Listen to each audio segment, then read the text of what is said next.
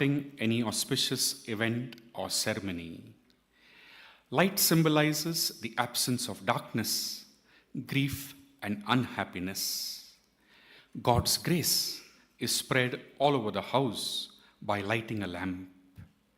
We pray that the lighting of this lamp may be our guiding light during this, the 36th CBCI General Body Meeting, beginning from today.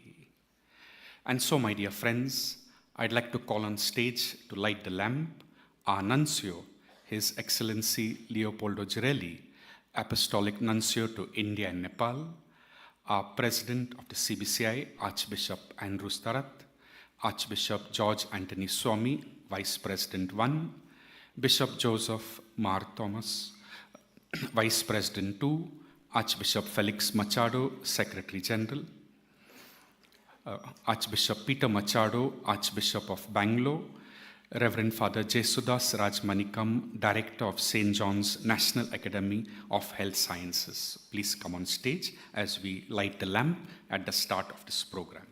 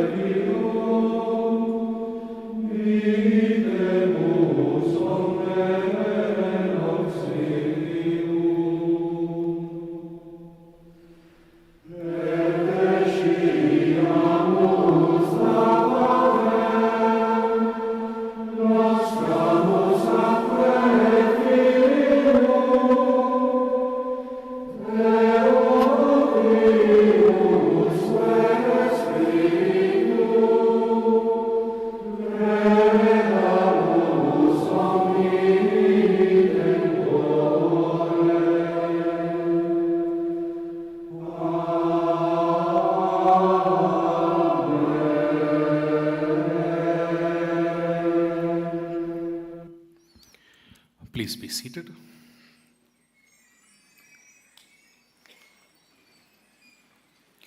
Our theme for this, the 36th CBCI General Body Meeting, is the Church's response to the current socio-political situation in the country and the benefits and challenges of artificial intelligence.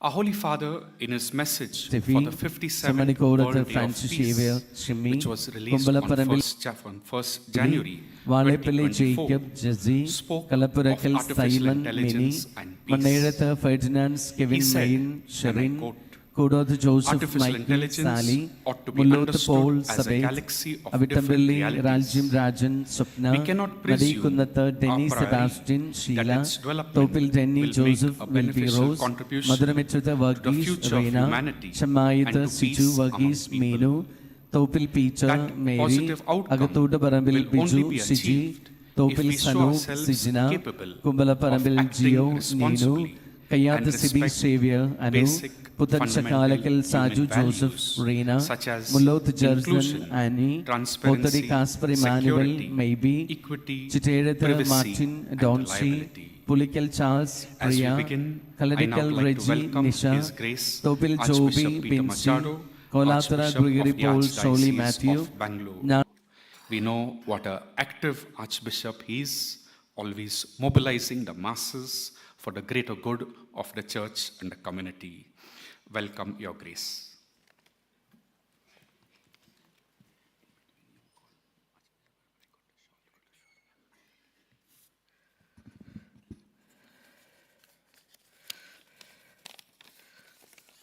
Your Excellency Apostolic Nuncio, my dear Cardinals, my dear Archbishops, Bishops, Fathers, Sisters, dignitaries in the audience, my dear friends. Father Jervis just whispered to me, my welcome speech has to be sweet. He didn't say short, but I'll try to be short also. It's my pleasant duty to welcome all the bishops, cardinals, and everyone here. First of all, to Bangalore, the beautiful city of Bangalore, and also to this august assembly. First of all, I welcome you to Bangalore, Bengaluru, Namma Bengaluru. I suppose you came to Bangalore, already a pleasant stay, a good landing in spite of the bumps and jumps, and you may have noticed there is the second terminal specially made. I am told it was inaugurated a little earlier because they knew the conference of bishops is going to take place. And by the time the next conference, if it is here in Bangalore, the third terminal also may be ready, and they have already taken into consideration that it will be a wide runway, taking into consideration the size, shape, and the stature of the bishops also. And Bangalore, of course, beautiful city. In spite of the little hiccups here and there, we are having a lot of developments, a lot of multinationals, a lot of internationals are entering Bangalore, and the infrastructure also is getting better and better. You may have noticed that a lot of metros have come, the green line, red line, yellow line. And I am told Father Jesudas, the new director, is already in discussion with the metro board to see if a special line can be created even to St. John's. Besides that, our buses are free now for women. Unfortunately, no women among the bishops' bodies, but the secretaries can travel very freely in Bangalore in these buses. We are also very happy that we have a new government. We are, as Christians, we are faithful, we are supportive of all the governments. The previous government also was very kind and generous to us, and this government also, we are keeping up the rapport. And of course, the Christians worked this time a little harder in the elections and the election process in order to identify the cards, in order to register new, make also the Protestants gather them to go for the elections, the Hindus, Muslims, even the Dalits, the NGOs, we all brought together so that a bigger segment voted for this new government. The new government has been also very courteous to us, and we have also placed certain demands on them, including what's called the withdrawal of the anti-conversion bill, which has not been repealed, but they have promised that they would consider it very seriously. And also, they have also created a fund for the Christians, what's called the Christian Minority Development Corporation.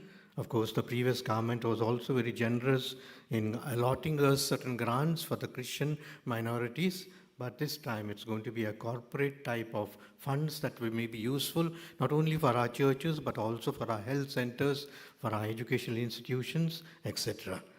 Besides that, we are also perhaps entering with new ventures with the government to help them and support them.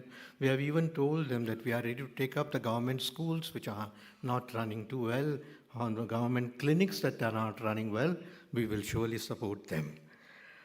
We have many new things in Bangalore, especially perhaps the infrastructure that you see, and our beloved Prime Minister, Mr. Modi, comes often to Bangalore because Bangalore is as important as Delhi, and also many of the projects that he inaugurates for the betterment of our people. And we also know that the G20 had its meeting here also, and I am told Bangalore had a big connection with Gangayana also. So in that way, we want to say that Bangalore is a good place and a better place than, I don't say from some of your cities, but since I am making a speech, I have to boast a little. We have also the migrants that are coming in large numbers to Bangalore. Migrants from the north, from Bengal, from Orissa, from the Patna side, from the northeast side. And the latest to our addition are the migrants from Manipur, whom we have taken as our guests. And there are about 840 migrant children from Manipur who are studying in Karnataka, 500 of them in Bangalore itself. Generosity of our religious schools and institutions, hostels, who have taken them freely, and therefore they are taken care of in our as well. We have the church in Bangalore also is perhaps going a little more on the bulkier side because all our parishes are full, and we are creating also new parishes in order to accommodate the outsiders and especially the migrants. We have a beautiful relationship of all the three rites together, the Latin rites, Sirum Malabar, and also Sirum Malankara. And in a way, we share our joys, sorrows, and also our problems. So we are together in the social service activities, especially at the time of COVID, we were all together. We share our churches, we share our cemeteries also. There ends all our problems. So, and we are also happy to have to say that the Protestants are more and more coming closer. We have what's called the United Christian Forum in Bangalore, which is working very well. And soon after this meeting of the CBCI, we will be meeting the Protestant bishops and the others here in St. John's, a small corner. And with them, we also discuss the problems of the church, the problems of our country with them. We are also happily in good relationship with our Hindu and Muslim brothers. I don't miss a Diwali celebration, nor a iftar dinner or lunch. I go because it's important for us to connect with them in a very positive way. We also have a very strong CRI in Bangalore. So strong that we are just sort of a small minority, the diocese as such, because we have almost 152 congregation of the sisters, most of the provincials and super generals also here, about 55 congregations of the priests, 12 congregations of the brothers, 8 congregations of the what we call the secular orders, and like this we have a good combination. We have once or twice a year meeting of all the superior generals together, and we discuss matters. I'm happy to say that the religious are also sharing in Bangalore in what we call the collections for Mission Sunday, the collections for Communio India, also the hunger and disease, and also Holy Childhood. There are the 4 collections. All the congregations contribute in a good way, in a positive way. The CRI, I am very happy to note that in the synod in Rome, Out of the 12 delegates, 2 were from Bangalore. 2 sisters were from Bangalore. And I'm told their voice was quite loud enough in Rome that the Pope himself has acknowledged them as something special from India. We are also, the religious are also doing quite well. Christ University is improving and increasing by leaps and bounds. More and more Christ colleges are coming here, and also more and more infrastructure, more and more facilities. The Jesuits also, St. Joseph's, they got the status of the university of national nature here in Bangalore. And I am told St. Aloysius in Bangalore also has got the university status, what's called the deemed university city, the status. The Mount Carmel College, so far a bastion of the women alone for last 150 years, has suddenly opened for boys. And you know, this news was reported as if it's the Gangayana news in all the front pages of Karnataka papers. So any boys wanting to join the girls' college, perhaps Bangalore is giving an example and inspiration for others also. The boys only, the girls only has gone now. It's COVID, and we are happy. We encourage the sisters also. And now I come to my main task of welcoming our dignitaries. First of all, our Apostolic Nuncio, Most Reverend Leopoldo Girelli, the Apostolic Nuncio for India and Nepal. Someone told me, if Nuncio is for Nepal also, why can't we have one session of ours in Nepal also? That has to be considered whether our Nuncio will invite us there. We are very happy to welcome you, your, I don't know, to say grace or to excellency, because he is Archbishop also, and he is excellency also. What is special about him, perhaps in his own name, Leopoldo, the word Leo, the name Leo, is very meaningful and very biblical. Leo means lion, the Lion of Judah. Very strong, fearless, at the same time lion-hearted. Lion-hearted. So therefore, I think the fact that he has managed to conquer 26 dioceses and appoint bishops in spite of all the letters and this one, I think it's a great thing. So, Your Excellency, as we welcome you, I have reminded him last time, the first nunciature in India was in Bangalore. In the present St. Sophia's School, that was the campus where the nunciature was there. So I have told him, you can still come back, if not the permanent one, at least the winter house, so that you don't burn and sizzle in Delhi in the summer there. You can make a small house here also. We welcome you, Your Excellency. We now welcome the President of the CBCI, Most Reverend Andrew Talat, the Archbishop of Trichur. We welcome you, Archbishop, as the President of the, if I am not mistaken, the third biggest conference in the world, and in the line of participation and attendance, it seems we are the first ones, because all come here. So, of this conference, you are the President, and Trichur has got some connection with Karnataka also. You know, whenever we have the Dasara procession in Mysore, the Maharaja city, the elephants come from Trichur. And I am told they are so well disciplined that we can make out what is the Trichur culture as such from the elephants only. We welcome you, Archbishop. We have the first Vice President of CBCI, Most Reverend George Anthony Swami, Archbishop of Madras and Mylapore. As we all know, he is a diplomat, Archbishop, a rare species among us. But the greatness of him is he is never diplomatic, but always personal and gracious. We welcome you, Archbishop, amongst us.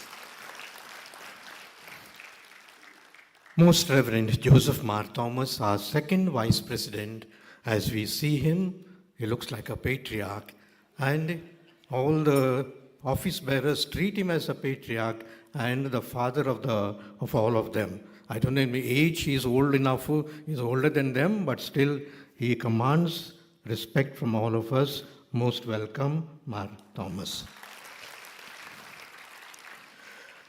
Our General Secretary is Archbishop, Most Reverend Felix Machado, Bishop of Vasai. He is the senior Machado, I am the junior Machado. And very often, some correspondence addressed to him, they come to me and they tell me, you have to solve a problem. I said, I can create problems, but solving is his job. So you go to him, I say. So in any case, we can understand the stature that he holds. We welcome you, Archbishop Felix. We have on the stage also Father Jesudas Rajamanikam, our new director of St. John's. In a way, he's not new because he was the administrator of finances here for long years, for 8-9 years. And so he comes a second time, you can say, new wine in old bottle or old bottle in new wine. Whatever it is, either way, he knows everything about St. John's and he's already taken charge. It seems on the day he came, he suddenly asked one of the staff here, is that glass that was broken in room number 23 repaired or not? So much of his concern, and he's almost St. John's family man, accepted by all the doctors, nurses, the staff. I don't have to welcome him because he's the host of ours. Anyway, I join my hands. We have in the audience very, very eminent and tall personalities of the church. I start with His Eminence Cardinal Oswald Gracious. I don't know, anyone in India does not know who is Cardinal Gracious. At least in Bangalore, he is very popular. He is so popular that I am told his online masses were followed in Bangalore about 20,000 or more, especially our sisters. And I also started during those COVID times my mass, but they politely told me Cardinal's mass is better. I almost got into depression and I stopped that mass. Cardinal, you are the face of the church for us, and surely your smiling countenance envelops the whole of India. We welcome you for this audience. We miss Cardinal Alanchiri. We recognize his services to Siromalabad Church and also the Church in India, and we wish him well. Cardinal Clemis, Your Eminence, we are so happy to have you. You are still young, and when you're appointed, we said you have so many years of your cardinalship that perhaps one day you might even be the candidate, we said. I hope you will be. I didn't mention candidate for what, okay? Yeah. But having the 12 stars on his head, you know, it's like almost a galaxy that is there on the head of the Amalankara bishops. And compared to them, we are just one small planet or satellite. The grace of the stars, the 12 stars, the 12 princes, apostles is upon you, and we wish you well. We welcome you, Cardinal. Cardinal Philip Neri, our new Cardinal, Your Eminence, we are so happy to see you. And as President of the CCBI, he guides the Latin bishops, and we are very happy. I am told that there is a little discussion in Goa, especially among the women, whether the title of cardinal is greater or the title of patriarch is greater. I personally, or rather those women would say that better cardinals are many, but patriarch is only one. So I think you could stress that you are also the patriarch. Anyway, we welcome you as a cardinal and the patriarch also here. His Eminence Cardinal Anthony Bhola, one more new Cardinal of Hyderabad, who ever smiling and ever accepted, and wherever he goes, he is surrounded by people. And Cardinal Pula also is very popular in Bangalore, like Cardinal Gracious. He has studied here, he has studied in the seminary. Every day I meet priests who tell me I was senior to Cardinal, I was junior to Cardinal, but everyone is related to him. And he speaks all the languages of Bangalore. Kannada he speaks better than me. And then also Tamil and the other Manson, I think Malayalam also he speaks. So Cardinal, being a universal man, we welcome you for this gathering. We have one big and great news for us. His Beatitude, Major Archbishop Raphael Tattil. As you know, he has become the major archbishop of the Syro-Malabar Church. We are only minor archbishops. He is the major archbishop. And last time when he came, he was just a bishop. Now he is major archbishop. You can imagine the next meeting, what could happen. So we are very happy, and perhaps for Major Archbishop Tattil, this is a very important meeting outside of Kerala, and therefore we welcome you a little more specially in this audience by a small.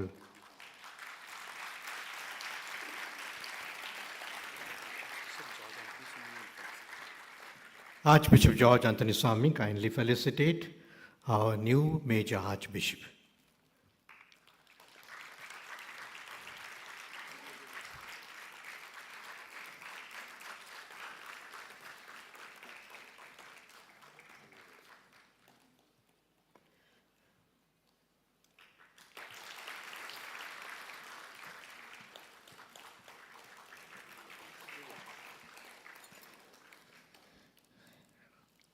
As you see, I saw his beatitude this morning surrounded by many Latin bishops.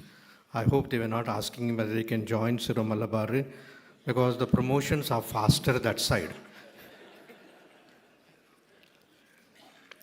We have so many bishops among us, almost I think count is about 200.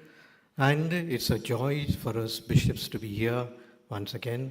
And I welcome you to Bangalore also, because Bangalore has become almost the second home for you. Many of the bishops almost know Bangalore now, and also St. John's they know thoroughly. And with the medical help and support that is given, they are so happy, they go back very healthy. It seems one of the bishops met one doctor who was known to him, and the doctor said, "Bishop, how nice you look, how healthy you are. I hope that disease that you came back went, but don't come with new diseases here." So bishops, most welcome. Enjoy your stay in St. John's. We have also many major superiors, provincials among us. You know, it's a joy to have the CRI, major superiors among us. The superior generals, the provincials, the councillors, many of them are here in the audience. I welcome them, and I know that like the bishops, they also have authority. In fact, they have more authority. Where we are bishops of few districts, they have half India and whole India. I met one superior general, the Rosarian superior general, Father Justin. He told me the whole of South Asia is his area. So they have bigger area than us, and therefore they are also partners with us in our mission. We welcome you, all the major superiors, superior generals, councillors, etc.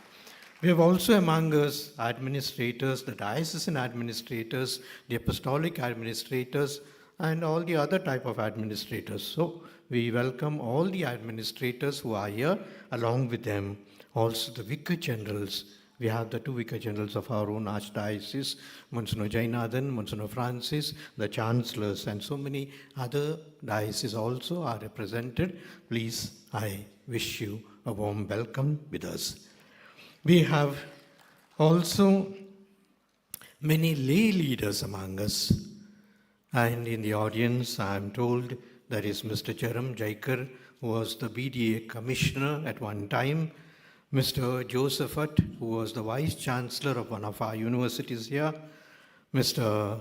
Amit Alva, the son of Margaret Alva, Mr. Kantaraj, our own PRO, Mr. Ivan Nigli, who is the ex-MLA, perhaps some others are there. My eyesight, I'm short-sighted, so I can't see many of them, but I wish and welcome all of them. Last and least, I cannot forget the the Deputy Secretary of CBCI, Father Jervis de Souza. He is a man behind the shadows. He only appears at times and does, but he is the main fulcrum of this assembly of the CBCI. And as we know, that as a secretary, as a deputy secretary, he's doing well. I welcome him also on our behalf. I welcome all the others who are here, the students, the staff, the faculty members, and the other friends of ours who have come here. May God bless all of us as we work towards a united church and a united assembly that represents here. Thank you very much.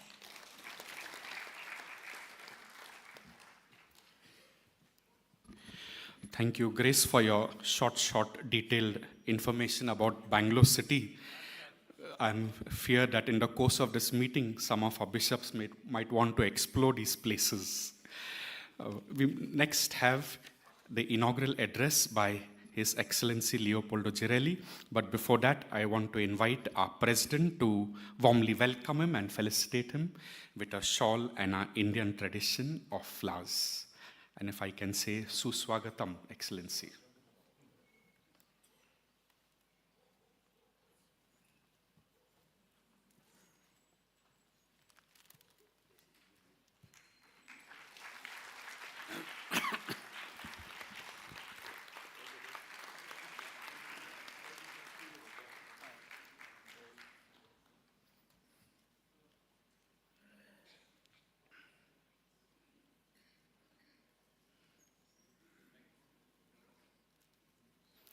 Thank you, and a warm welcome to you. My dear friends, for some of us, the number 13 is an unlucky number, but not so for a nuncio. Most of his major appointments have occurred on the date 13. He was born on 13th March. I won't tell you the year because you want his age. He entered diplomatic service on 13th July 1987. He was appointed as Apostolic Nuncio to Indonesia on 13th April 2006. On 13th September 2017, Pope Francis appointed Apostolic Nuncio to Israel, Jerusalem, and Palestine. And on 13th March 2021, he was appointed as Apostolic Nuncio to India and Nepal. And since then, we are very happy to have His Excellency with us, always available, always guiding the Church in India. Thank you, Your Excellency, for your presence here, for your beautiful homily, and for all you do for the Church in India. Welcome, Your Excellency.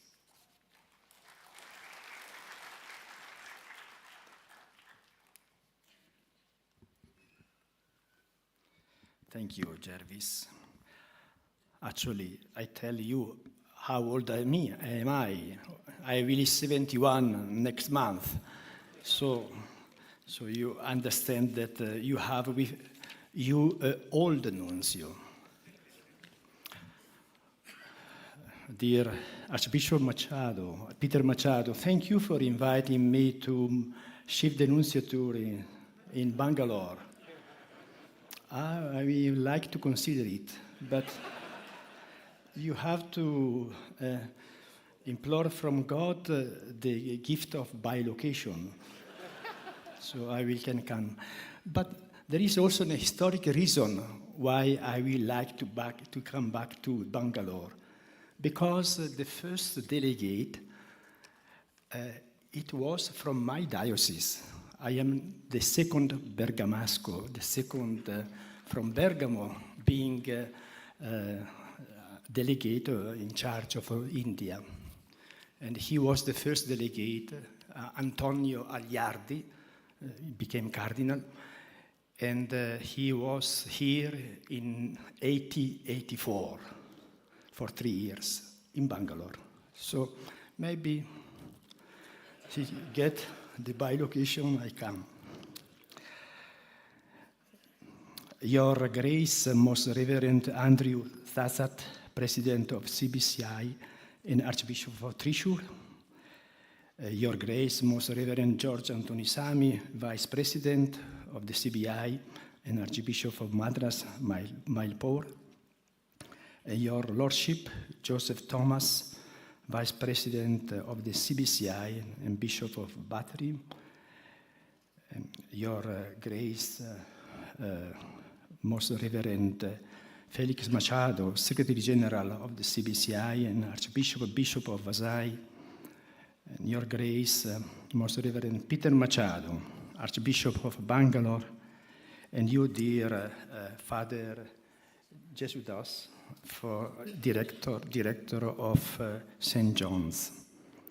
Dear Cardinals, Beatitudes, and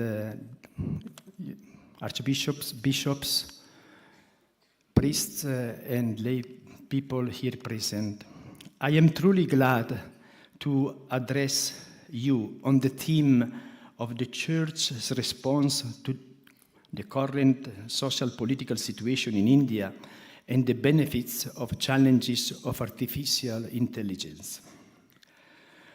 We are called to participate in public life in a manner consistent with the mission of Christ. As Pope Francis teaches, an authentic faith always involves a deep desire to change the world, to transmit values, to leave this earth somehow better than we found it. A quotation from Evangelii Gaudium, number 183. Thus, the Church's obligation to participate in shaping the moral character of society is a requirement of our faith. Therefore, I will now briefly elaborate the three aspects of the theme, namely the Church's response to the current social situation in India and the Church's response to the current political situation and the benefits and challenges of artificial intelligence. The first point, I refer to the compendium of the social doctrine of the Church, which affirms that since something of the glory of God shines on the face of every person, the dignity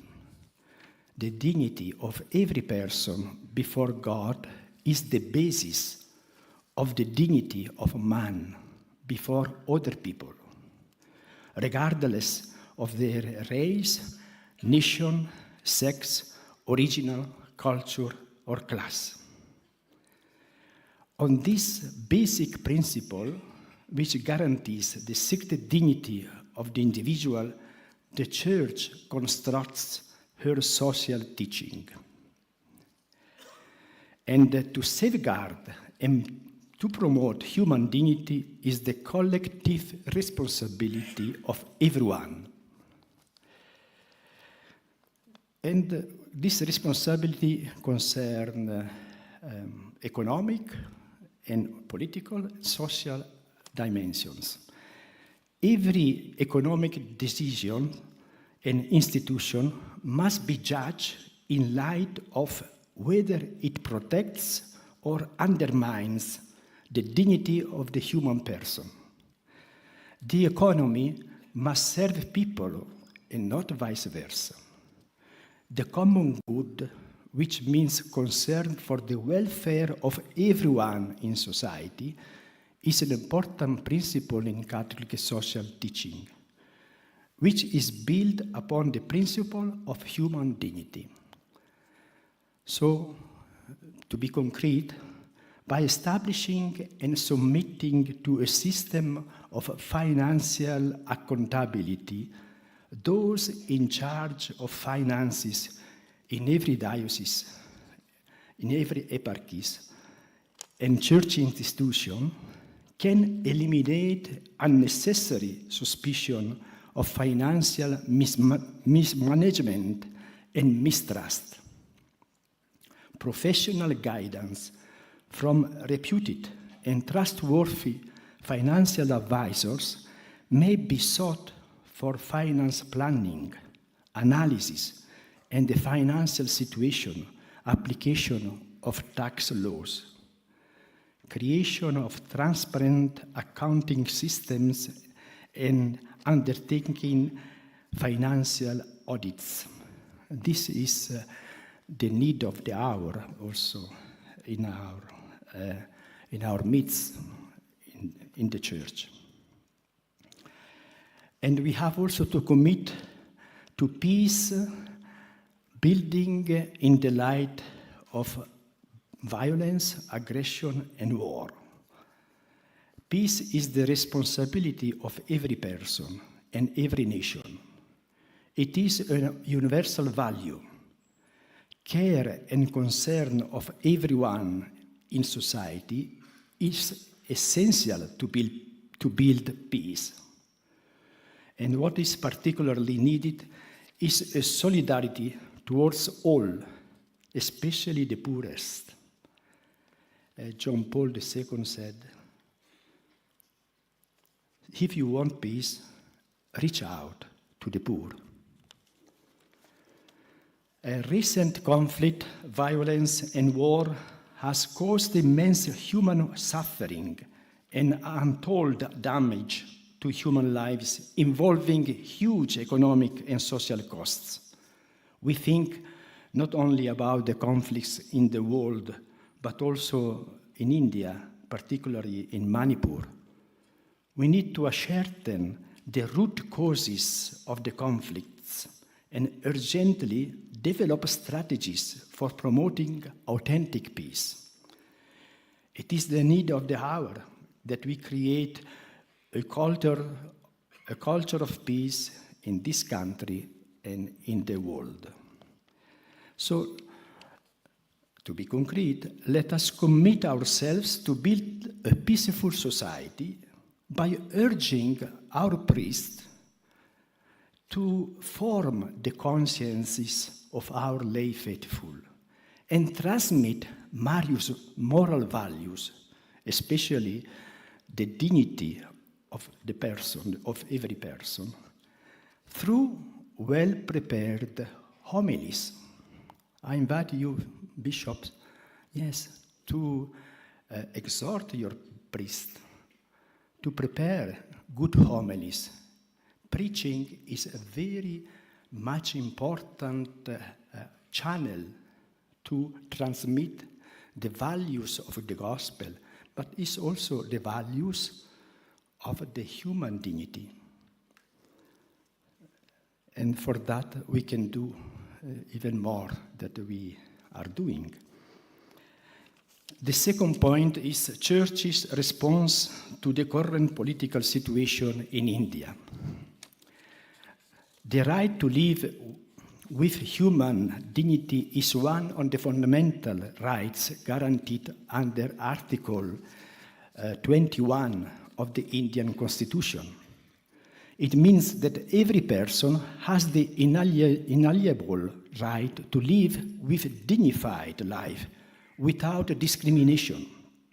Unfortunately, the Church in India, the society, but also the Church in India often is divided across lines of individualism, casteism, ethnicity, and economic inequality, which hampers our relations within the Church, as well as in our dealing between the Church and civil society.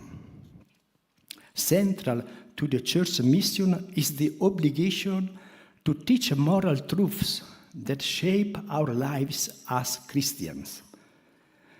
We are living in an information-driven society which bombards us indiscriminately with data, all treated as being as equal importance, and which leads to remarkable superficiality in the area of moral discernment. In response, we need to provide an education which teaches critical thinking and encourages the development of mature moral values. A concrete suggestion regarding the current political situation in India, I would say, first of all, in the light of the forthcoming general elections in India in 2024, all Christians who are eligible to vote are to be motivated to cast their vote, as it is an important duty in society.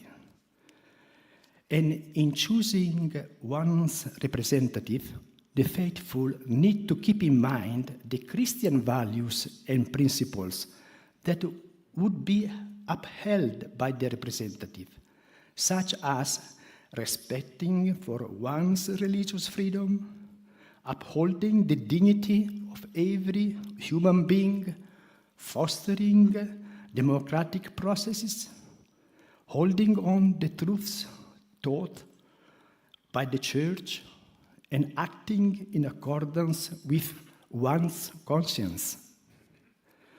Thus, when concerning realities that involve fundamental ethical duties, such as making political choices contrary to Christian principles and values, the magisterium teaches that a well-formed Christian conscience does not permit one to vote for a political making program or individual law which contradicts the fundamental contents of faith and morals.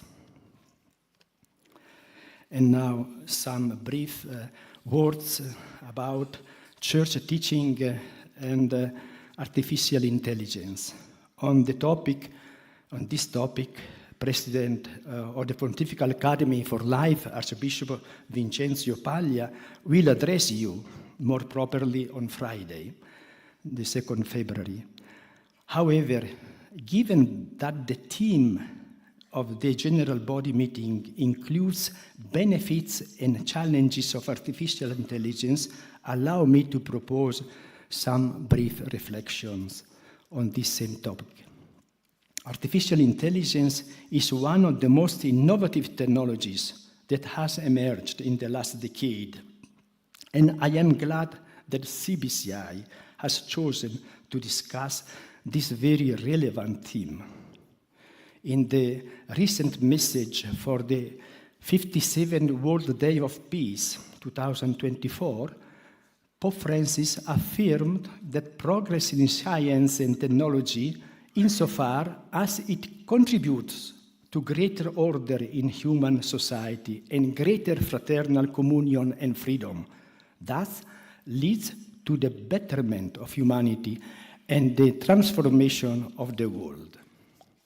So when science and technology is used in a way that respects the dignity of the human person, strives to create a more equitable and human world, seeks the common good, and promotes fundamental human values such as truth, reliability, compassion, concern, transparency, respecting privacy, equity, accountability, human fraternity, justice, and peace, then such scientific and technological processes are reliable and useful for humanity.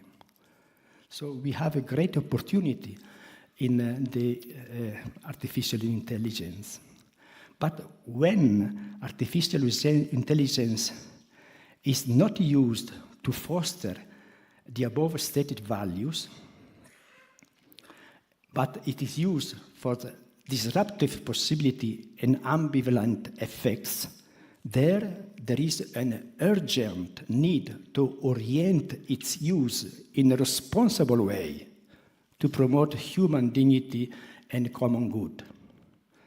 Therefore, my suggestion, in order to adequately understand the benefits and limitations of this new technological development and use it in an ethical and responsible manner, it is made good that lessons on artificial intelligence be imparted to seminarians during their formation period, and to clergy and religious as part of their ongoing formation. May the values of the gospel always permeate our lives in the light of a rapid scientific and technological progress. May be always faithful on all matters of our Christian faith and morals. And in any case, we should never compromise on our moral principles, even if the end result of a technology is good. The end not justify the means. Why one may not do evil, so that good may result from it, from the Catechism of the Catholic Church. Hence, it is important to guide people on the right path of being faithful to the teachings of the Church and follow the Christian values of truth, charity, freedom, prudence, mercy, solidarity, justice, and peace. May God bless each and every one of you, and I wish you a fruitful general body meeting. Thanks.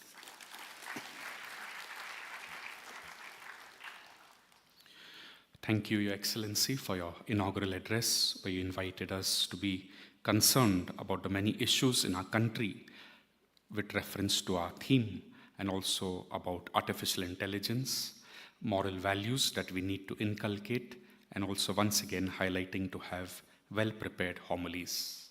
Thank you, Your Excellency. Our President holds a degree in Eastern Canon Law from the Pontifical Oriental Institute, Rome. He was nominated as Auxiliary Bishop of the Archdiocese of Thrissur on March 19, 2004, and subsequently in May ordained a bishop. He was Vice President of CBCI, and Pope Francis appointed him in 2021 as one of the members of the Pontifical Council for Liturgical Texts. From 10th November 2022, he is the President of a Catholic Bishops' Conference of India. I now invite him to give us the presidential address. This, besides being in text form, we have a PPT presentation. So those in the sound room, I want to ask you to dim the stage lights, but keep the spotlight on. Thank you. Welcome, President.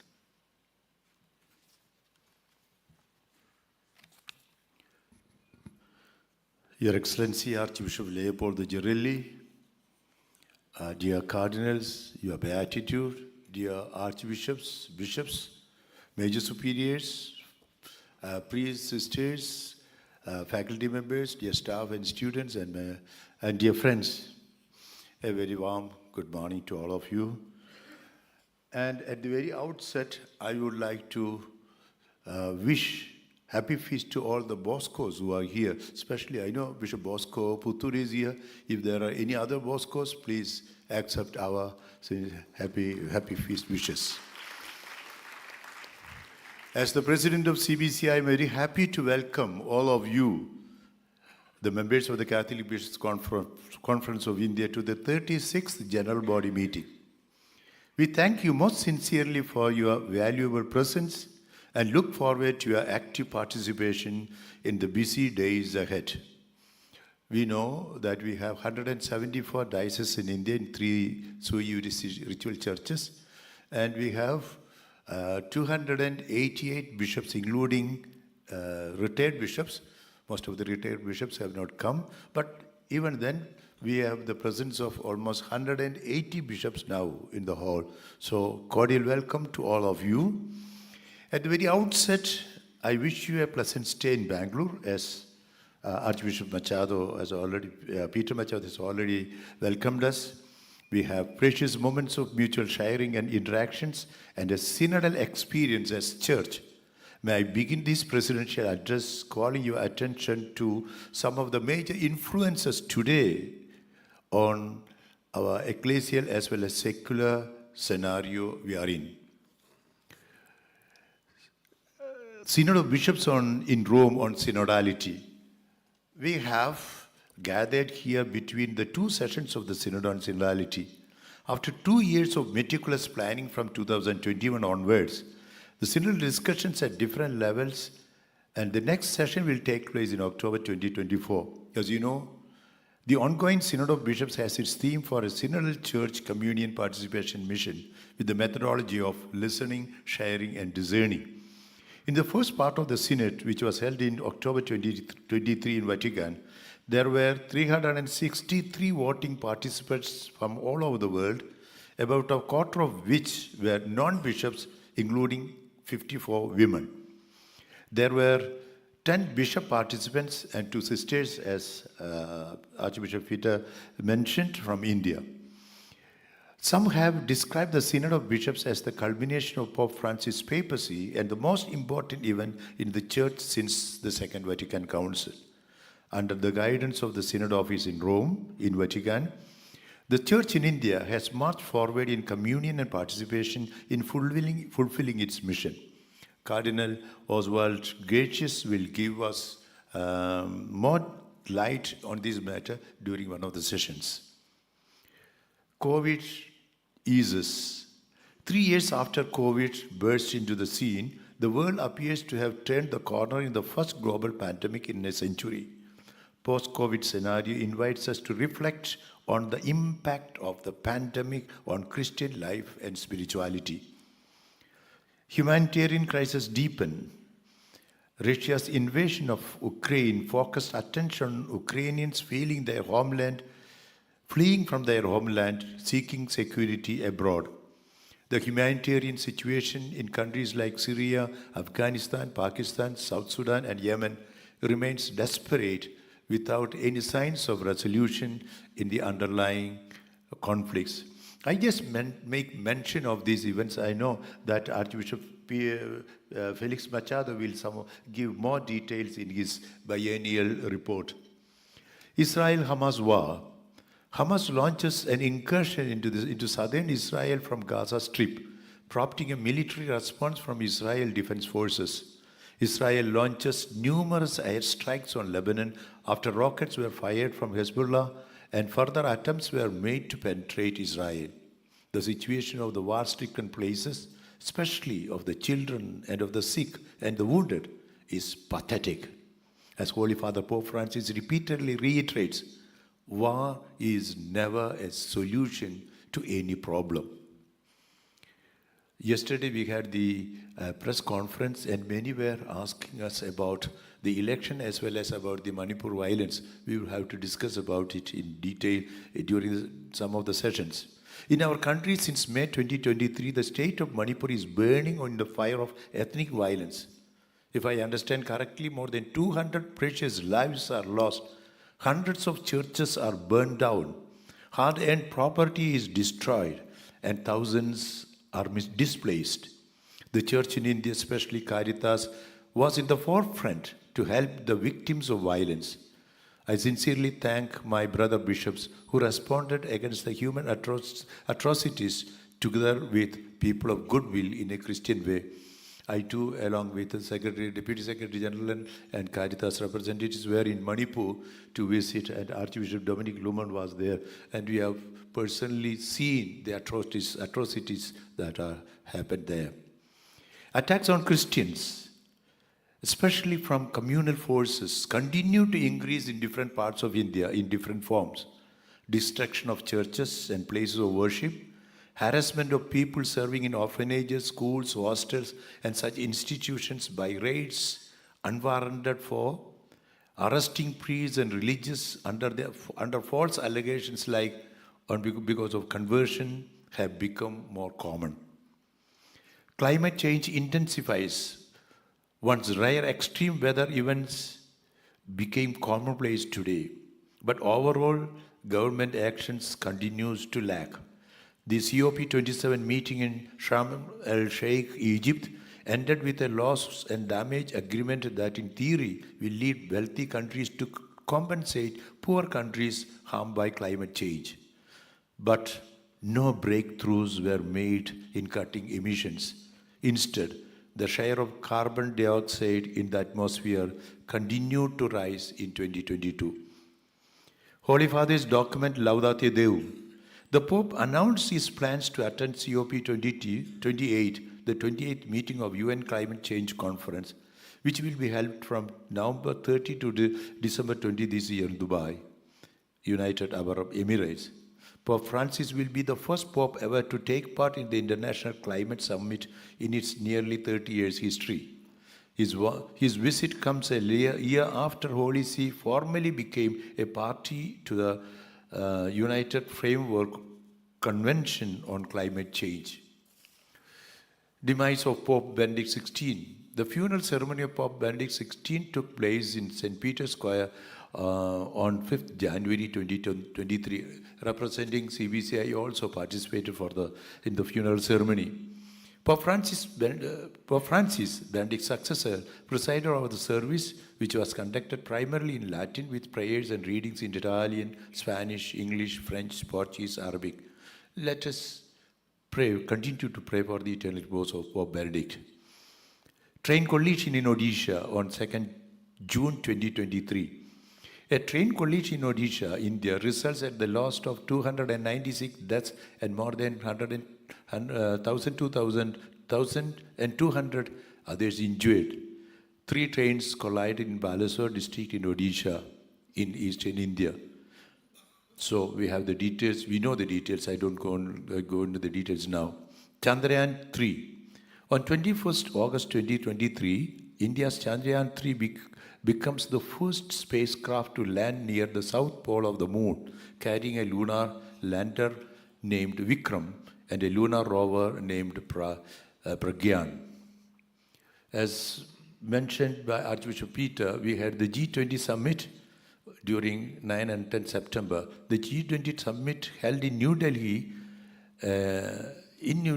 A consensus is achieved in the form of Delhi Declaration. The summit also witnessed African Union getting a permanent membership in G20. Verdict against legalizing same-sex marriage. On 17th October 2023, the Supreme Court of India has refused to legalize same-sex marriage, saying that it is up to the Parliament to take decision in this regard. Transgender Catholics can be baptized. Holy See's Dicastery for the Doctrine of Faith states that transgender Catholics can be baptized with a condition if it would not cause scandal or confusion, while also acknowledging the possibility of baptizing children of same-sex couples. Fiducia supplicans. On 18 December 2023, the Dicastery for the Doctrine of Faith has given a declaration, Fiducia supplicans, on the pastoral meaning of blessings. There have been a lot of confusion in this regard. Apart from its pastoral intention of compassion, the document evoked several responses from the different parts of the world, including India. Finally, the Dicastery for Doctrine of Faith has released a press release clarifying the doubts regarding the application of Fiducia supplicans. I have asked Cardinal Oswald Gracious to make reference to this new document and explain or clarify the document on blessings. A bombing in a convention center in Kerala. A bomb exploded at Jehovah's Witnesses prayer meeting at Simra International Convention Center in Kalamassery, killing 3 people and wounding 36 others. Shocking or what? I don't know what would be the even. India has become the world's most populated country. India is projected to surpass China as the world's most populous country. India has in 2023 1.428 billion in India, while China has only 1.425 billion. Discussions on social political scenario in India. This general body focuses on the Church's response to the current socio-political situation in the country. We know yesterday's during the press conference, many were asking me so many tricky questions about what is going to happen in the next election. So somehow we managed to escape the tricky questions. Mr. Sudhindra Kulkarni will be the main speaker and response will be given by Father Joe Xavier. Yesterday I told that after our discussions there will be a press release and you will get the information what we discuss, about what we discuss. Legislative Assembly elections in 2023, about some of which Archbishop Peter also mentioned, in Tripura, Meghalaya, Nagaland, Karnataka, Rajasthan, Chhattisgarh, Madhya Pradesh, Telangana, etc. So we can, during our discussions, we can have also deliberations on that. Parliamentary elections at our national level, we are about to participate in the parliamentary elections. We thank all our leaders in government offices, and we look forward to a glorious India where our leaders continue to inspire and govern our nation. Also, they were asking me yesterday about what will be happening about the Constitution of India. We said we stick on to the Constitution, which is one of the best constitutions in the whole world. So they were asking me so many questions about whether it will be changed or not. I said, we stick on to the Constitution of India, which is sovereign, secular, socialistic, democratic, and republic. Changing religious social scenario. Pran Pradishta of Ayodhya Ram Mandir was presented at a national event in which Prime Minister became the Yajamana of the consecration ceremony. This event evokes several questions regarding the secularistic character of our country. Our mission in the digital world and benefits of artificial intelligence.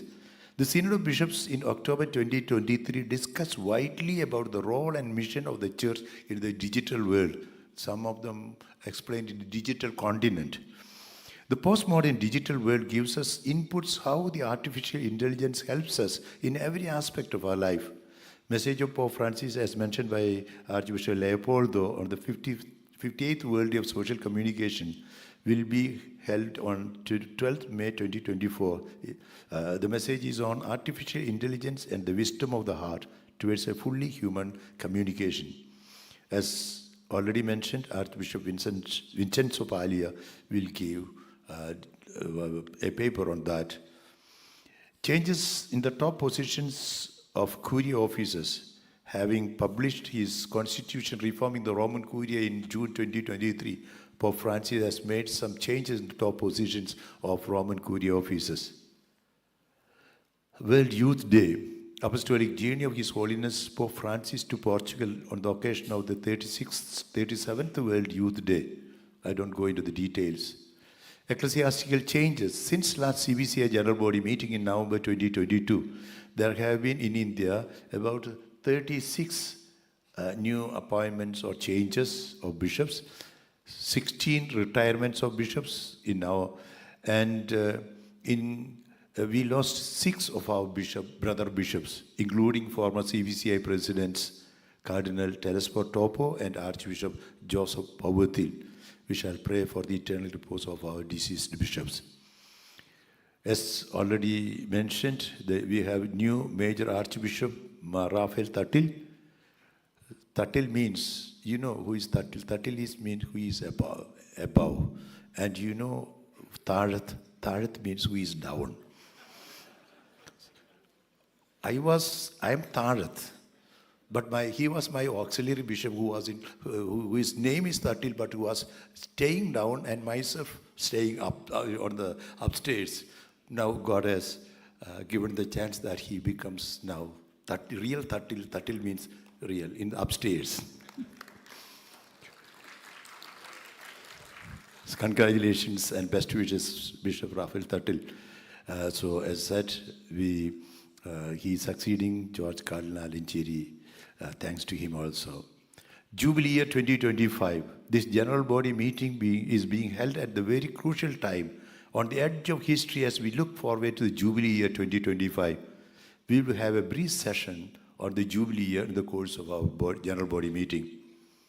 Our commitment to the poor, in spite of the different challenges we Christians face in India today, we continue our commitment to the poor, needy, and downtrodden.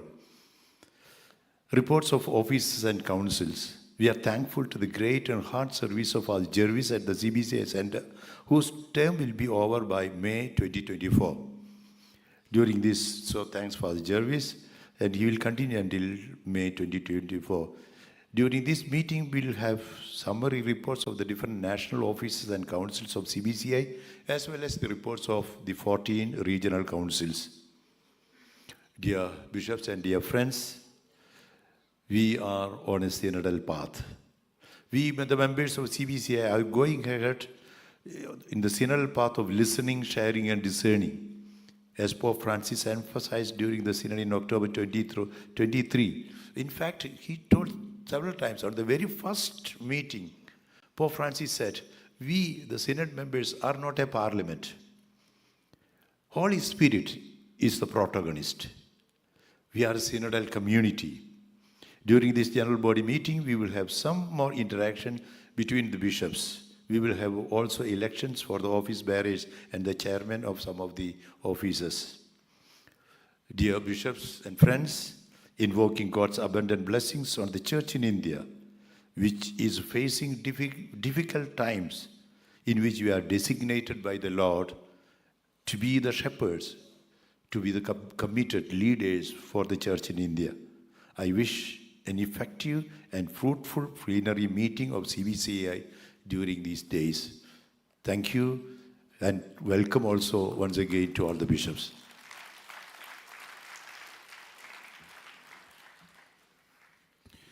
Thank you, dear President, for that PPT presentation which enlightened us. Archbishop Felix Machado, our Secretary General, was the Undersecretary at the Pontifical Council for Interreligious Dialogue in Rome. He has participated and continues to participate in many national and international interreligious dialogue seminars and conferences. He has also written a few books, presently the Archbishop of Vasai. He has also been chairman of different offices of CCBI as well as CBCI. He is our current Secretary General. He too will present the Secretary General's biennial report in a PPT presentation. Just to share with you one new thing which we have included in the Secretary General's report. Towards the end of Archbishop's report, His Grace will read out the 26 new bishops that have been appointed and consecrated from November 2022. I'd like to invite our cardinals who are here in front as they come up to give them a token as Archbishop will read out their names. So it will be towards the end of his report. Welcome, Archbishop Felix.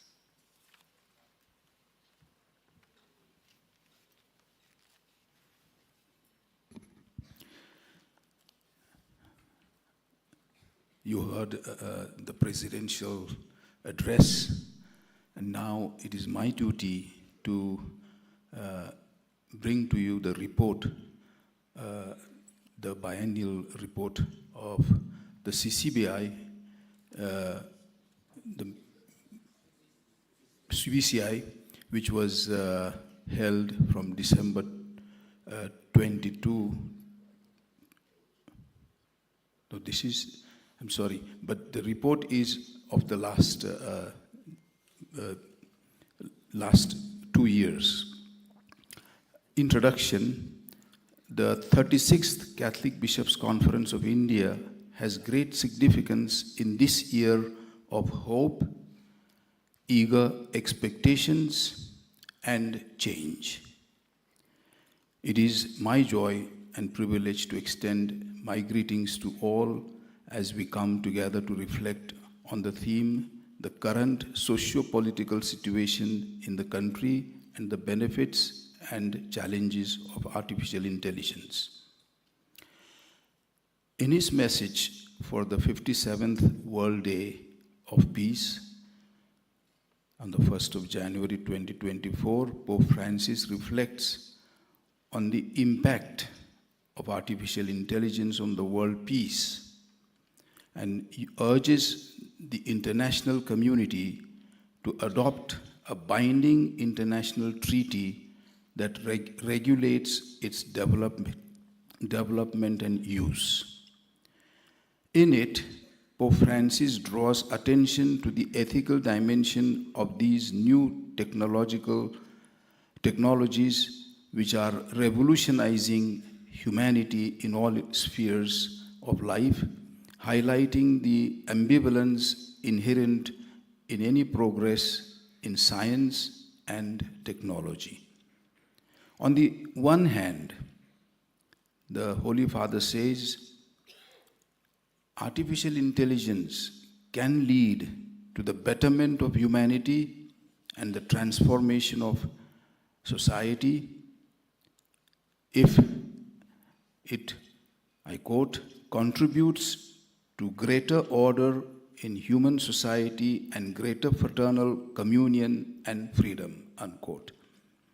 On the other hand, techno-scientific advances, especially in the digital sphere, I quote, are placing in human hands a vast array of options, including some that may pose a risk to our survival and endanger our common home, unquote.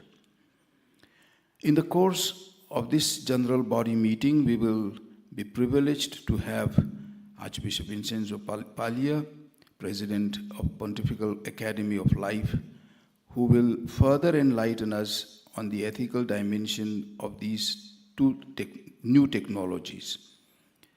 Father Selva Kumar, a Salesian priest, will respond by giving us some practical insights in the proper use of artificial intelligence tools.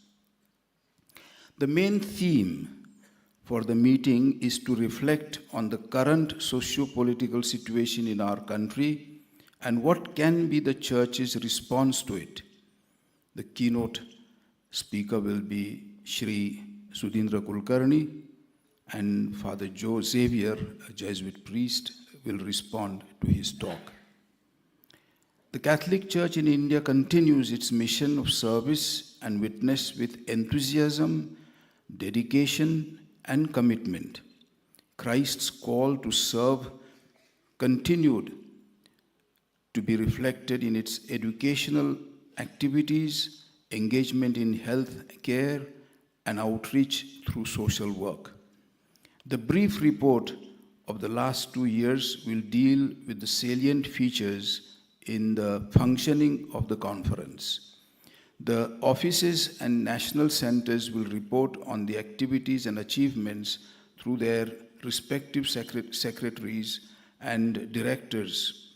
The committed secretaries and directors, under the guidance and supervision of the chairman and bishops in charge, have much to their credit as collaborators in the services that are offered by the Catholic Bishops' Conference of India.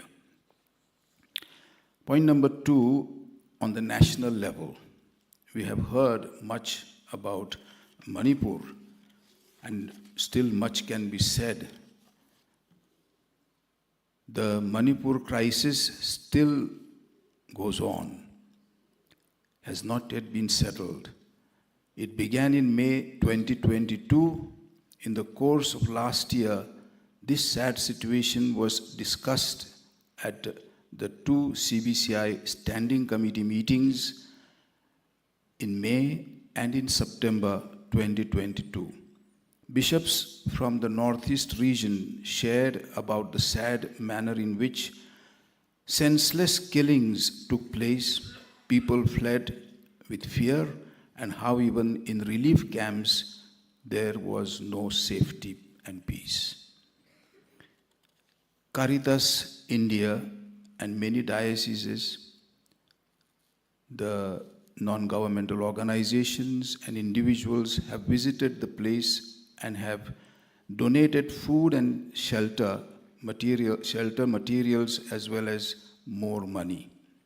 Dioceses and religious men and women congregations in various parts of India and particularly in their main cities of the country have taken care of children for their education and have provided employment for the youth and adults. In July 2022, Archbishop Andrews, President of CBCI, together with Father Jervis and the Caritas Director, Father Paul Munjali, visited affected places with Archbishop Dominic Lumon former Archbishop of Imphal, and a few priests from Archbishop's house. The short visit concluded with an action plan being drawn up for the rehabilitation of the people of Manipur, and a press release was issued. Constant efforts are on by the church and civil groups to bring about some dialogue, peace, reconciliation, and harmony among the warring groups. Later in the year, in December 2022, the new Archbishop of Imphal, His Grace Archbishop Linus Nelly, was consecrated in a district about 70 kilometers north of the Archbishop's house, where that area was a peaceful one. We would like to place on record the hard work and the delicate manner in which Archbishop Emeritus Dominic Lumon has handled the situation, and we wish Archbishop Linus Nelly our prayers and support. We must not and cannot forget so many other bishops who in different parts of India go through similar struggles and face problems from different spheres of life. The Church in India has been reaching out through the many dioceses and men and women religious in responding to the attacks on Christians and other natural calamities. Point number 3, at the international level. Several devastating earthquakes, 2 ongoing wars that heightened geopolitical tensions, numerous instances of gun violence, especially in the United States of America.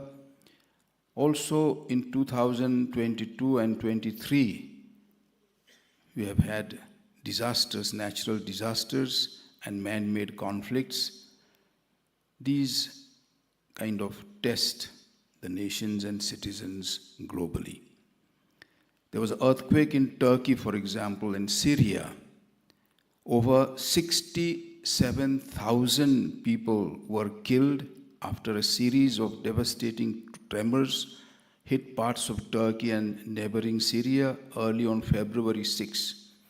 Thousands of buildings tumbled down, trapping tens of thousands of residents. And then Russia-Ukraine war spills into second year. More than a year after Russia invaded Ukraine in February 2022, the war continued with Ukraine, and still there is no light being seen in the tunnel. We have, though there is no concrete information on the number of casualties, United Nations estimates more than 10,000 Ukrainian civilians have been killed. A New York Times report said that over 5 lakh Ukrainians and Russian soldiers have been killed so far. The ongoing Israel-Hamas war. The ongoing Israel-Hamas war in Gaza has killed nearly 20,000 Palestinians, wounded tens of thousands more, and displaced 90% of the 2.3 million residents of the besieged enclave. I was just in Rome and Canterbury. I met, because these 2 bishops, pair of bishops, one from Palestine and one from Israel, they have still stories to tell us, but most of all they are asking us for our prayers. The current conflict was triggered by the surprise Hamas attack on Israel on October 7, in which 1,200 Israelis were gunned down in their homes. This was at a music festival. The attack left thousands wounded, and over 240 others were taken hostage of which about half have been released as a part of a temporary ceasefire earlier this month. At the universal level in the Church bid farewell to Pope Emeritus Benedict XVI, it was mentioned. World Youth Day, Portugal, from 2nd to 6th of August 2023. The 2023 event held in Lisbon, Portugal, was announced at World Youth Day 2019 in Panama City. About 3,54,000 pilgrims from more than 200 countries were registered, including 688 bishops, and the event was aided by 25,000 volunteers. The closing vigil mass had an estimated 1.5 million attendees. From India, 638 youth participated for this program. Sad to say that there were several others who wanted to go but could not obtain their visas. Holy Father, his trips to Congo, South Sudan, Hungary, and Mongolia. Pope Francis maintained busy travel schedule in 2023, visiting 6 different countries on 3 separate continents, despite being one of the oldest popes in church history and enduring ongoing struggles with his health. Pope Francis turned 87 years old last December, and in March celebrated his 10th year as Pope. Although this year was marked by several hospital stays, struggles with bronchitis and sciatica that often confined him to a wheelchair, as well as he had to cancel that visit to Dubai for COP28 due to that health issues. Apostolic letter in the form of motu proprio by the Supreme Pontiff Pope Francis, Vos Estis Lux Mundi. It was a letter updated on 25th of March 2023. Synod on Synodality, October 2023 to October 2024 and October 2024. The work of the Synod on Synodality continues in view of the final session set for October 2024, and churches are now called to reflect on the synthesis report published in October 2023 to promote further consultation and to prepare contributions for next year's assembly. Bishops from across the world have received a document with instructions from the Secretariat, the Synod, accompanied by a letter from Cardinal Mario Grech, the General Secretary of the the Synod, and Jean-Claude Ulrich, the Relator General. The 4-page text, first of all, underscores the importance of the experience lived by those who took part in the first session of the Synod in October 23, recalling that their account constitutes an inalienable part of the gift we all have received, conveying the richness of an experience that no text can contain. The synodal process will therefore continue along some lines of work, keeping in mind what Pope Francis said when he approved them, that the synod, I quote, "The synod is about synodality and not about this or that theme." And unquote. And that I quote again, important thing is how the reflection is done, that is in a synodal way, unquote. For the past 2 years, the church in India has been going through a long synodal process, listening to people at different levels. In order to prepare ourselves for the Jubilee year 20, the year of Jubilee now, in order to prepare ourselves for Jubilee year 2025, the Holy Father has set aside 2024 as the year of prayer. Following the extraordinary 2015 Holy Year of Mercy started by Pope Francis, the forthcoming Jubilee will take place in line with the norm of leaving a 25-year gap between each one. The most recent ordinary Jubilee took place in the year 2000. The world and the Catholic Church prepared to enter the new millennium. The Jubilee year is a special year of grace in which the Church offers the faithful the possibility of obtaining plenary indulgences. Traditionally, it begins just before Christmas and ends on the Epiphany of the following year. The Pope inaugurates the Holy Year with the rite of the opening of the Holy Door in St. Peter's Basilica.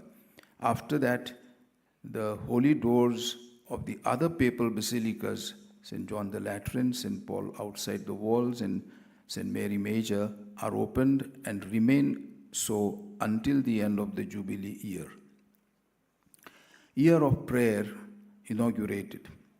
Pope Francis has inaugurated a year of prayer ahead of the 2025 Jubilee, calling on the faithful, I quote, to intensify prayer to prepare us to live well this event of grace and to experience the power of God, God's hope, unquote.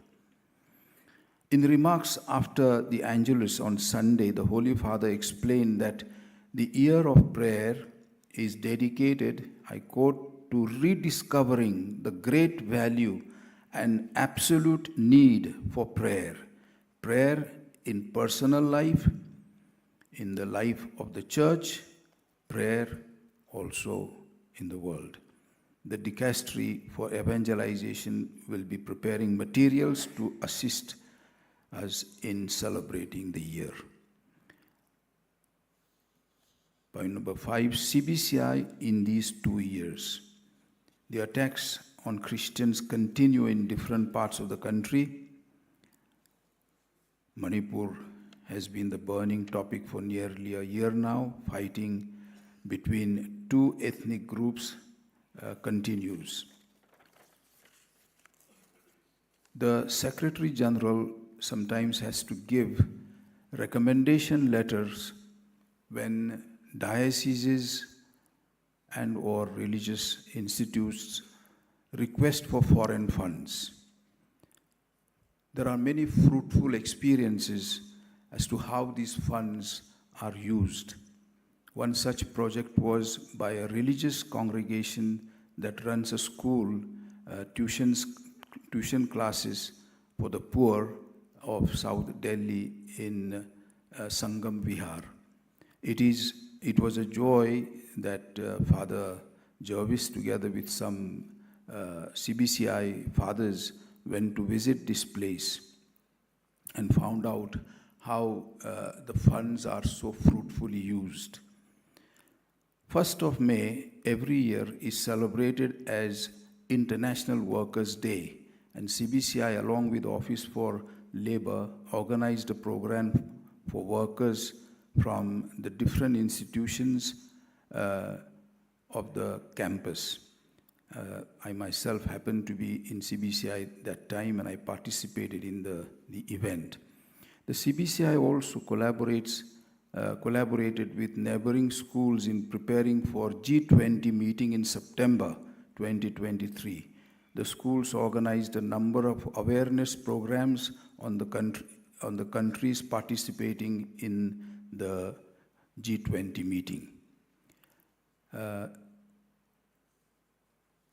Indian participants at FABC meeting. There was a meeting on climate change in Nepal from 9th to 14th of October 2023, and 40 participants, bishops, priests, religious men and women, and lay people from Nepal, Pakistan, Sri Lanka, and India gathered to reflect on the latest synod document Laudato Deum and the way ahead. I myself was one of the speakers there. CBCI joined in the memorial mass on 24th of October 2023 of the late Cardinal Telesphore Topo, and the mass was in the Archdiocese of Delhi, and the tribals settled in Delhi at Good Shepherd Church celebrated this mass. CBCI participated in the international meeting of National Council for Reconciliation and Peace that was held on the 11th of November 2023 at CBCI Center under the chairmanship of Justice Kurian Joseph. CBCI takes the lead every year to reach out to wish people of different faiths, because the messages that are sent from the Dicastery for Interreligious Dialogue can be shared with people who live in our respective dioceses of that particular religion. And from CBCI Center, Father Jervis takes the lead of going to Hindus on the feast of Diwali, Jains, Mahavir Jayanti, Buddhists, Buddha Purnima, Sikhs, and other feasts of other religions. On the 14th of December 2023, the CBCI hosted its annual Christmas program on its lawns. Mr. Tim Curtis, Director of UNESCO, representative for the region in Delhi, was the chief guest. The neighboring communities joined in the singing of Christmas carols, and the evening was well attended. I think our Apostolic Nuncio was presiding that function. 122 guests from the governments, bureaucrats, ambassadors, members of parliament, and civil officials were also present. It is already mentioned, but it must go into the report also. His Beatitude Raphael Tatil was appointed new Major Archbishop of the Syro-Malabar Catholic Church, the second largest Eastern Catholic Church, and as the Metropolitan Archbishop of Ernakulam Angamali since January 2024. Just a brief biography: appointed and installed as the Auxiliary Bishop of Thrissur in 2010 to serve along with Metropolitan Archbishop Andrew Thalat. In 2013, Pope Francis appointed Archbishop Tatil as the Apostolic Visitator for all members of the Syro-Malabar Church in India outside their own territory. He served in these roles until he was appointed the first bishop of the newly erected Eparchy of Shamshabad in 2017. And as I said, in January 24, he was elected Major Archbishop by the Holy Synod of the Syro-Malabar Church to succeed Cardinal George Alencheri, who was Major Archbishop from 2011 to 2023. We place on the records the services of Cardinal Alencheri. I would now, as Father Jervis has already announced, like to call on 26 new bishops to the front line of the stage, the bishops that were consecrated after the last general body meeting in November 2022. You will excuse me if I don't pronounce every name correctly. Reverend Sebastian Mascarenhas was appointed Bishop of Baroda on 31st December 2022.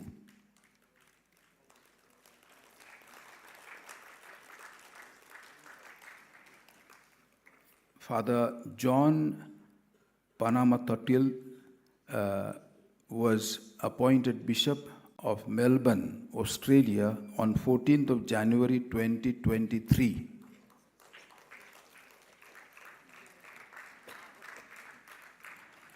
Reverend James Shekhar was appointed Bishop of Buxar on 4th of February 2023.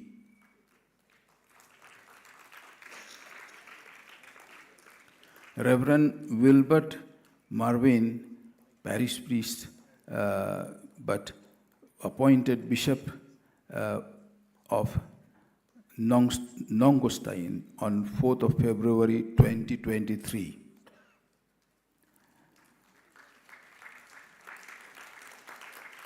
Father Joachim Walder was appointed Auxiliary Bishop of Iswell on 30th of March 2023. Father Joseph Kalarakal, appointed Bishop of Jaipur on 22nd of April 2023. Father Varghese Thotamkara was appointed Bishop of Balasore on the 10th of May 2023.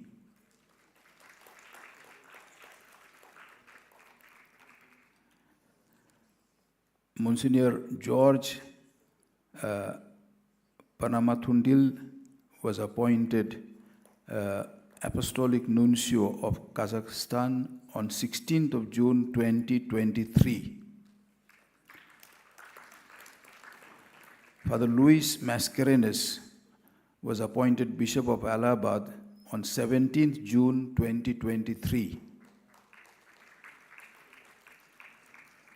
Father Benny Varghese was appointed Bishop of Itanagar on 29th of June 2023.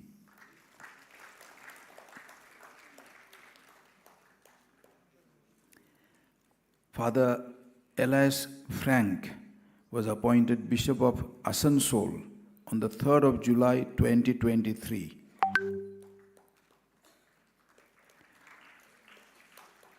Father Ferdinand Nakhar was appointed Bishop of Jobai on 8th of July 2023.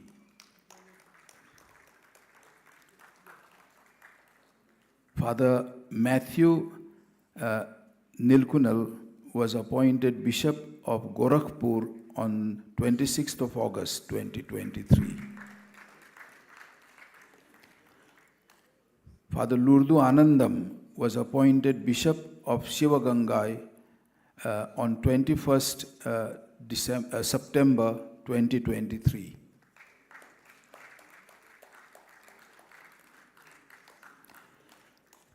Father Linus Nelly was appointed Archbishop of Imphal on 7th of October 2023.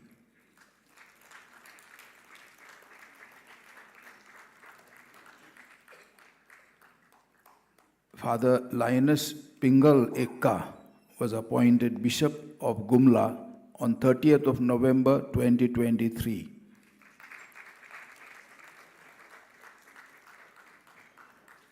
Father Malcolm Sikwera was appointed Bishop of Amravati on 30th of November 2023. Father Ambrose Putinbithil was appointed Bishop of Kottapuram on 30th of November 2023. Father Mathai Kadavil was appointed as the Bishop of Eparchy of St. Ephraim of Khadki of the Siromalankara Catholic Church on 12th of December 2023. Father Bernard Lancy Pinto was appointed Coadjutor Bishop of Aurangabad on 30th of December 2023.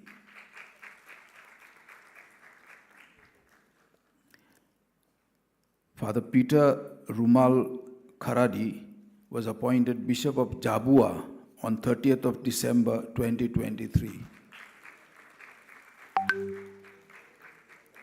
Father Justin Alexander Marathi Parambil was appointed Auxiliary Bishop of Vijaypuram on 13th of January 2024. Father Valan Arasu was appointed Bishop of Jabalpur on 13th of January 2024. Father Duming Dias was appointed Bishop of Karwar on 13th of January 2024.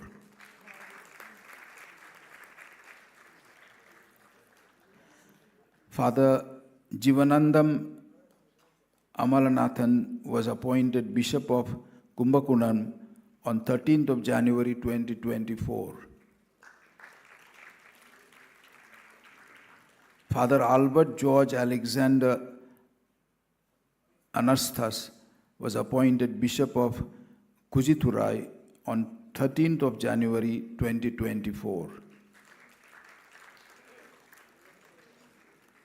Father Bhaskar Jesuraj was appointed Bishop of Meerut on 13th of January 2024.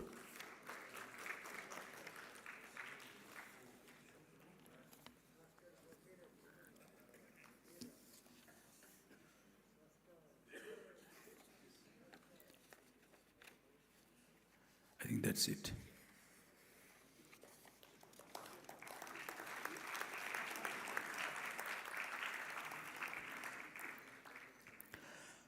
Retirements and resignations. Right Reverend Devdas Ambrose Mariados, Bishop of Tanjore, retired on 4th of February 2023. Reverend Bishop Thomas Dabre, Bishop of Pune, retired on 25th of March 2023.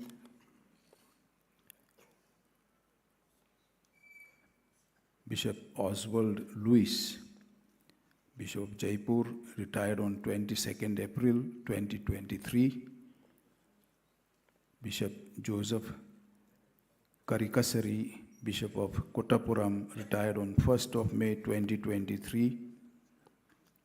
Bishop Alvin De Silva, Auxiliary Bishop of Bombay, retired on 13th of May 2023.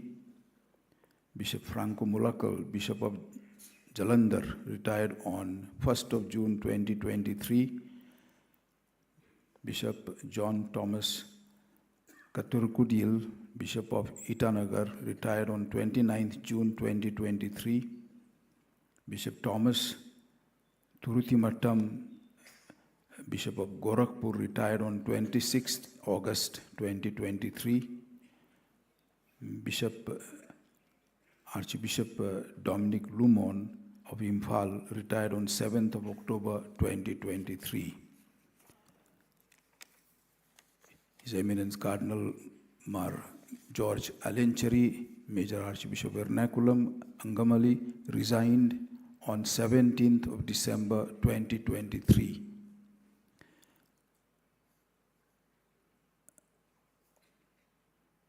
Archbishop Andrews, Apostolic Administrator, Archeparchy of Ernakulam, Angamali, resigned on 7th December 2023. Archbishop Felix Topo, Archbishop of Ranchi, retired on 30th of December 2023. Bishop Lourdes Daniel, Bishop of Nashik, retired on 30th of December 2023. Bishop Anthony William, Bishop of Mysore, retired on 13th of January 2024. Bishop Gerald Almeida, Bishop of Jabalpur, retired on 13th of January 2024. And Bishop Anthony Sami Francis, Bishop of Kumbakonam, retired on 13th of January 2024. And now come to the sad news of our brothers who have left for Father's home. That is Bishop Anthony Fernandez, Emeritus of Bareilly, passed away on 3rd of February 2023. Archbishop Ignatius Pinto of Bangalore passed away on 8th of February 2023. Bishop Joseph G. Fernandez, Bishop Emeritus of Quilon, passed away on 4th of March 2023. Most Reverend Mar Joseph Pavatil, Archbishop Emeritus of Changnacheri, passed away on 18th of March 2023. Bishop Isidore Fernandez, Bishop Allahabad, passed away on 26th of April 2023. And His Eminence Cardinal Telesper Topo, Archbishop Emeritus of Ranchi, passed away on 4th of October 2023. Let us all rise.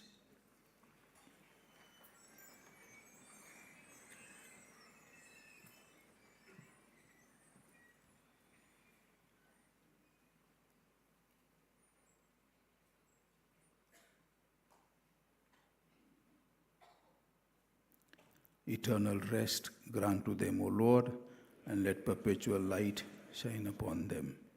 May the souls of the faithful departed, through the mercy of God, rest in peace. Amen. Please be seated.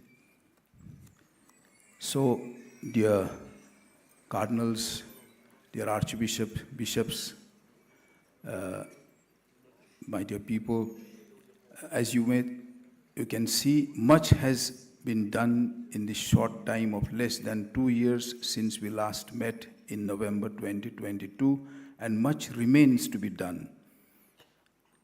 These general body meetings, assemblies, are occasions for us bishops to come together to share, to discuss, and to strengthen and encourage each other in our ministries as chief shepherds of our dioceses. I am very hopeful that we will gain much from this 36th CBCI General Body Meeting and take home plans which we can implement, thereby making our dioceses even more faith-filled and vibrant. I would like then to conclude with a famous quote by St. John Bosco, whose memorial we celebrate today. He said, "Whatever you do, think of the glory of God as your main goal." Jai Hind.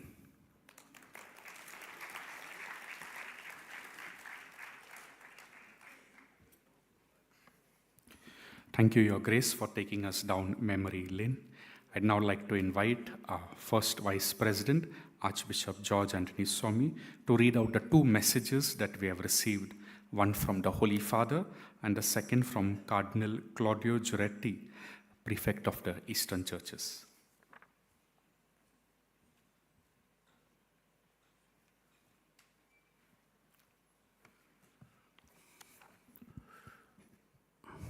Brother bishops, brother priests, reverend sisters, brothers and sisters, I read the whole message of the Holy Father at first, and then comes Cardinal Claudio Gugerotti. It seems to be a little longer. I was asked to cut short those things which are not essential, and the text will be available for all of us for the complete message. The first one from the Holy Father. The Most Reverend Andrew Stollett, Archbishop of Trichure, President of the Catholic Bishops' Conference of India, I send cordial greetings and prayerful best wishes to you and your brother bishops on the occasion of the 36th General Body Meeting of the Catholic Bishops' Conference of India. It is my hope that your discussions will encourage and assist the local churches in promoting and safeguarding the intrinsic dignity of each person, which includes ensuring that emerging technologies remain ethically grounded and directed toward the good. I am confident that in this way, the work of the Episcopal Conference can contribute to the progress of peace and integral human development and bring the light and truth of the gospel to every level of Indian society, entrusting all gathered for the general body meeting to the intercession of the Blessed Virgin Mary, Mother of Church. I gladly impart my blessing as a pledge of eternal communion in the Lord. Franciscus.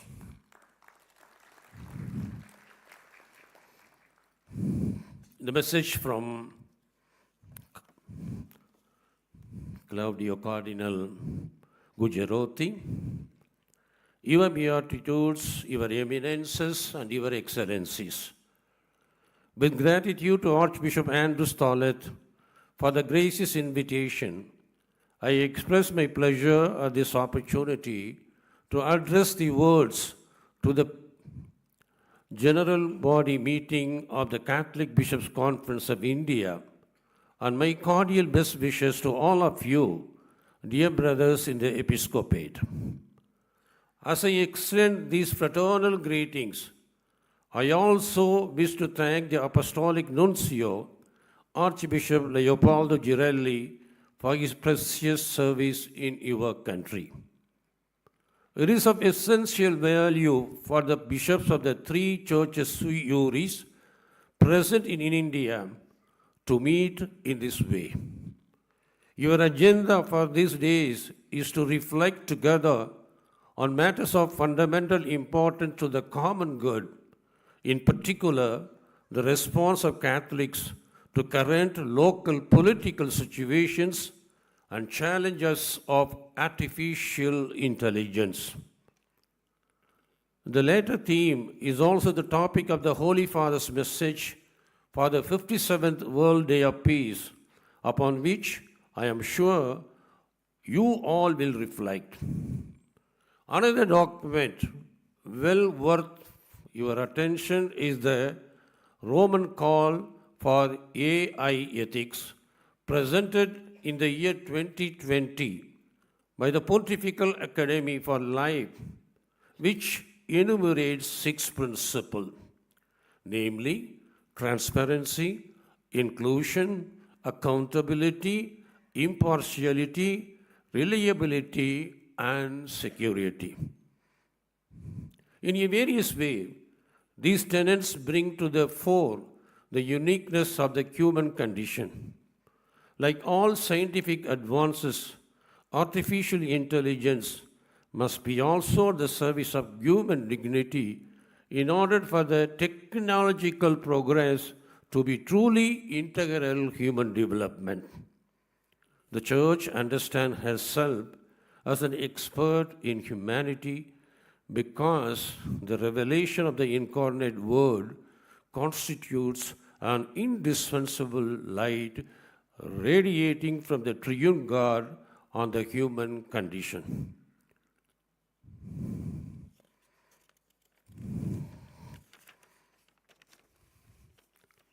Three different sui juris churches inhabiting the same home country can be a great opportunity to show how Christians live their differences, facing challenges together in the spirit of missionary cooperation and, above all, mutual charity. In this regard, the faithful observance of the canonical norms is an indispensable assistance to harmonious coexistence. In particular, the code of canons of the Eastern churches remains as the rights of the Eastern churches as the patrimony of the entire Church of Christ, in which there is clearly evident the tradition which has come from the apostles through the fathers and which affirm the divine unity in diversity of the Catholic faith are to be religiously preserved and fostered. Thus, the mind of the Apostolic See, when erecting ecclesiastical jurisdiction, is to assist the Eastern Catholic faithful belonging to their respective eparchy to grow in their sense of identification with their proper church by participating in its ecclesial life, so that their precious liturgical, theological, spiritual, disciplinary, and cultural heritage may flourish always. This awareness of each sui iure church having equal dignity is also a precious testimony in your cultural context, constituting a vital example for you, for fellow citizen, and to others to witness. Through the intercession of the Holy Mother of God, may God grant an abundant outpouring of the Holy Spirit on your gathering, giving you wisdom, courage, and understanding befitting faithful servants of the Lord Jesus Christ, with sentiments of fraternal affection in Him, and my promise of prayers for a most successful General Body meeting, I renew my cordial greetings and best wishes to all the bishops of your beloved country. Signed, Claudio Cardinal Gujarati, Prefect for the Dicastery for the Oriental Churches.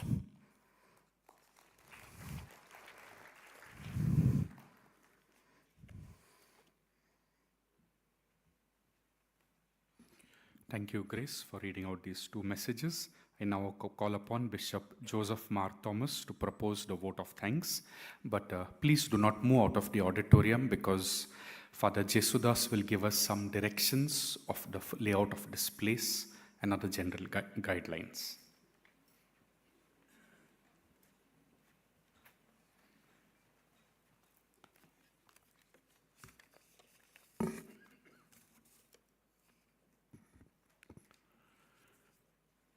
Your eminences, your beatitudes, your graces, your excellencies, fathers, sisters, brothers, and my dear friends. It is with immense joy and profound gratitude to God that I stand before you to propose a vote of thanks to this August Assembly of 36th General Gathering of the CBCI. Cicero once said, "Gratitude is not only the greatest of virtues, but the parent of all others. It is the language of love and hospitality." I deem it as my privilege to honor to show our deep respect to our distinguished dignitaries on the dais and off the dais. God Almighty. First and foremost, I thank God Almighty for the wonderful blessings and graces He keeps bestowing on our CBCI, our cardinals, archbishops, bishops, fathers, sisters, and all of us, for without His love and protection, we would not have been here today. Archbishop Andrews Thales, President of the CBCI, is a man of wisdom and fortitude. He has been the inspiration for the planning and organization of the 36th CBCI meeting. I thank you, Archbishop, for your dynamic leadership and right direction to the CBAs over the years. Our nuncio. It is always a matter of joy and satisfaction for us to have the gracious presence of Archbishop Leopoldo Girelli, who represents our Holy Father. Our nuncio is a man of integrity, competence, commitment. I thank you, dear Excellency, for being the main celebrant at the inaugural Eucharist. Your homily was enlightening and meaningful. Your inaugural message was excellent and inspirational.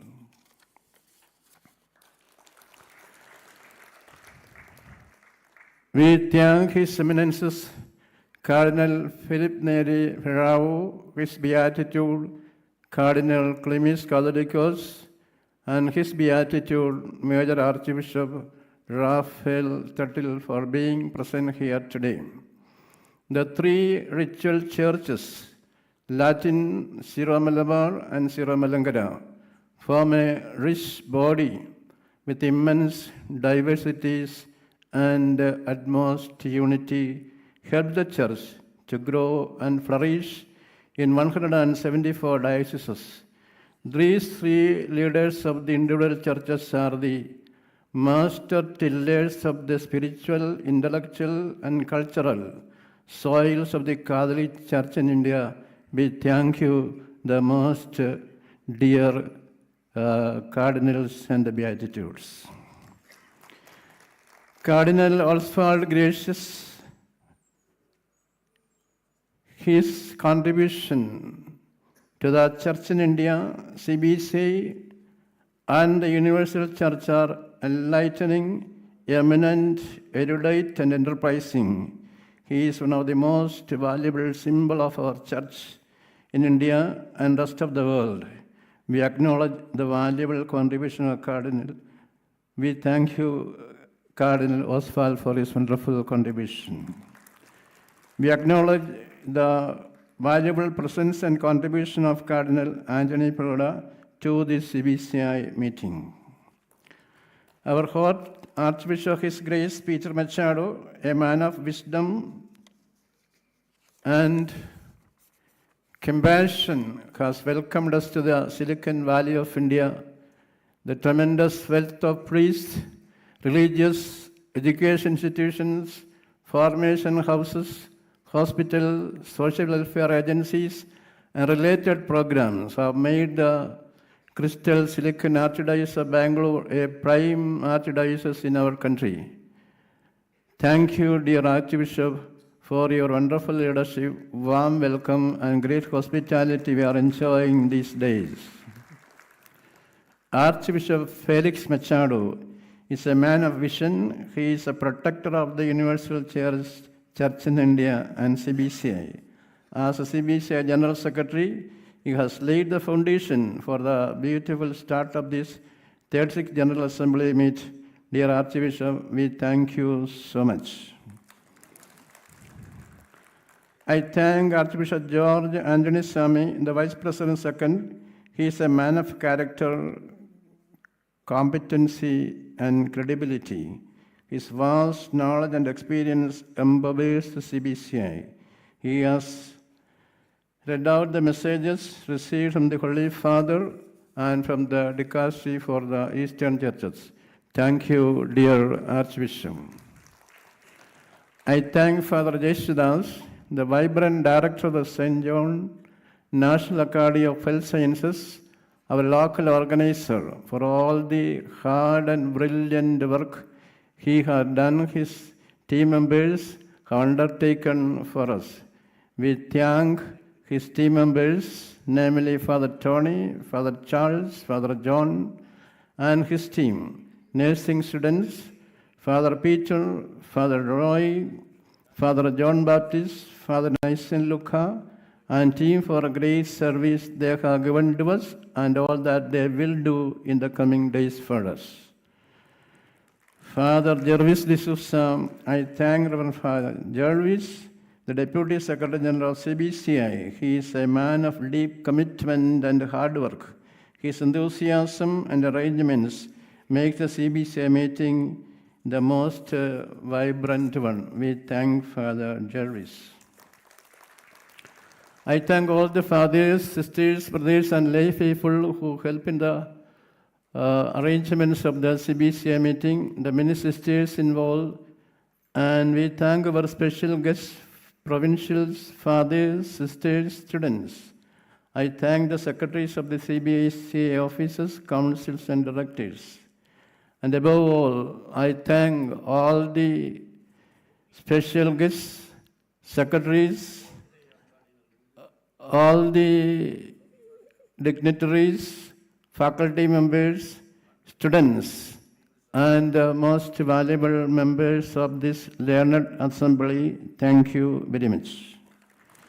In conclusion, someone said, it is impossible to map out a route to your destination if you don't know where you are starting from. May today and this meeting be the starting point for us to come together to learn more about artificial intelligence and learn about the current situation in our country. Thank you very much. God bless each and every one of us.